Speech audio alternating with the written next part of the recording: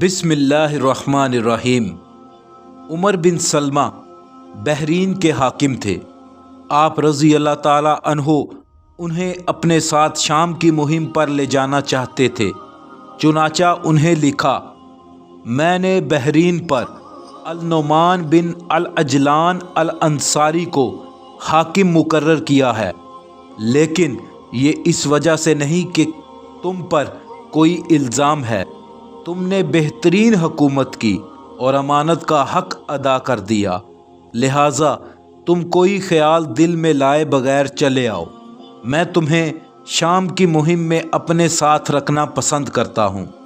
تم ان لوگوں میں سے ہو جن سے مجھے دین میں اور دشمن سے مقابلے میں مدد ملے گی۔ خدا تمہیں اور ہمیں حق کی راہ پر چلنے والا اور حق پر فیصلہ کرنے والا بنائے۔ اس کا مطلب ہے آپ رضی اللہ تعالی عنہ اچھوں کے ساتھ ہمیشہ اچھا اور نرم اور بروں کے ساتھ سخت سلوک کرتے تھے، نہ کسی کے ساتھ بے جا زیادتی کی، نہ بلا وجہ کسی سے کوئی اچھا سلوک کیا۔ آپ رضی اللہ تعالی عنہ نے جو کچھ کیا مسلمانوں کی بھلائی کے لیے کیا، یہاں تک کہ چچا زاد بھائی حضرت عبداللہ بن عباس رضی اللہ تعالی عنہ سے بھی سخت سلوک کیا۔ اپنی زندگی کے آخری دنوں میں جب لوگوں نے آپ رضی اللہ تعالی عنہ کا ساتھ چھوڑ دیا تھا، آپ رضی اللہ تعالی عنہ اکثر موت کو یاد کرتے اور قاتل کے انتظار میں یہ الفاظ کہتے، بدبخت کو کس نے روک رکھا ہے، کم بخت نے کیوں دیر لگا رکھی ہے۔ آپ رضی اللہ تعالی عنہ یہ شعر بھی پڑھتے تھے جن کا ترجمہ یہ ہے، موت کے استقبال کی تیاری کر لو، وہ تم تک پہنچنے والی ہے، موت سے نہ گھبراؤ جب اس نے تمہارے صحن میں قدم رکھ دیا ہے۔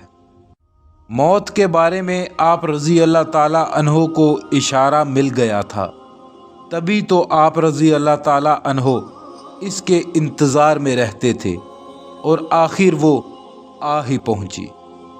جس روز حضرت علی رضی اللہ تعالی عنہ پر قاتلانہ حملہ ہوا، اس رات ان کے بیٹے محمد بن حنفیہ رات بھر مسجد میں عبادت کرتے رہے تھے۔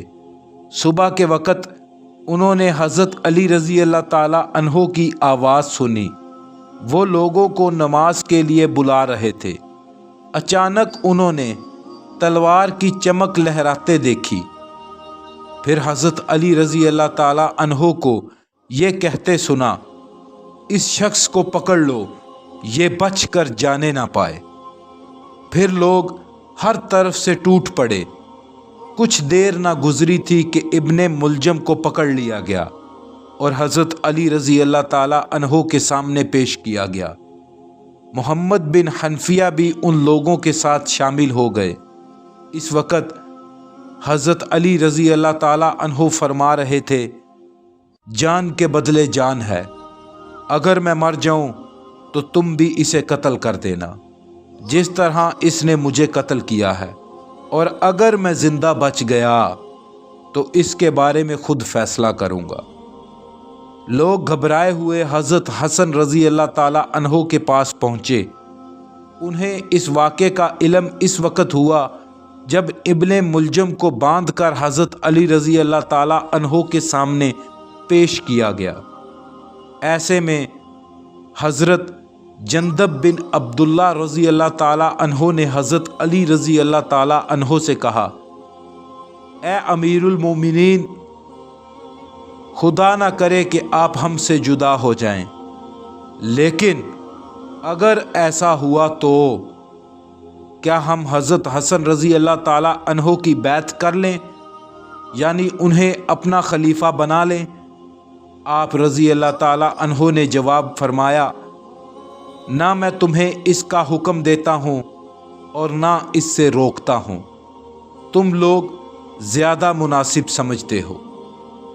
جب جندب رضی اللہ تعالی عنہ بن عبداللہ رضی اللہ تعالی عنہ نے دوبارہ یہی سوال پوچھا تو آپ رضی اللہ تعالیٰ عنہ نے حضرت حسن اور حضرت حسین رضی اللہ تعالیٰ عنہ کو بلوایا اور ان سے فرمایا، میں تم دونوں کو اللہ سے ڈرنے کی وصیت کرتا ہوں، اور تم دونوں دنیا کو ہرگز تلاش نہ کرنا، چاہے دنیا تم سے بغاوت کرے، اور جو چیز تم سے چھن جائے اس پر رونا نہیں، ہمیشہ حق بات کہنا، یتیموں پر رحم کرنا، جو پریشان ہوں ان کی مدد کرنا، ہمیشہ ظالم کے دشمن اور مظلوم کے حامی رہنا، اور اللہ کی کتاب کے احکامات پر عمل کرنا۔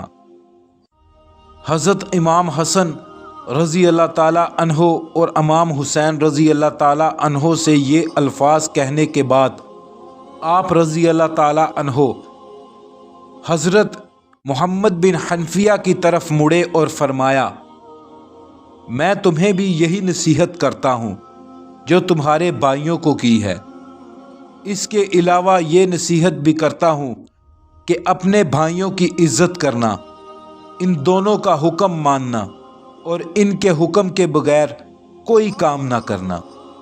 اس کے بعد حضرت حسن رضی اللہ تعالیٰ عنہ اور حضرت حسین رضی اللہ تعالیٰ عنہ سے فرمایا، میں تم دونوں کو بھی محمد کے ساتھ اچھا سلوک کرنے کی وصیت کرتا ہوں، کیونکہ یہ تمہارا بھائی ہے اور تمہارے باپ کا بیٹا ہے، اور تم یہ بھی جانتے ہو کہ تمہارا باپ اس سے محبت کرتا ہے۔ محمد بن حنفیہ حضرت حسن اور حضرت حسین رضی اللہ تعالیٰ عنہ کے سوتیلے بھائی تھے۔ جب آپ رضی اللہ تعالیٰ عنہ کی وفات کا وقت قریب آیا تو آپ رضی اللہ تعالیٰ عنہ نے لوگوں کو یہ وصیت فرمائی، بسم اللہ الرحمن الرحیم۔ یہ وہ وصیت کی ہے جو علی رضی اللہ تعالیٰ عنہ بن ابی طالب نے کی۔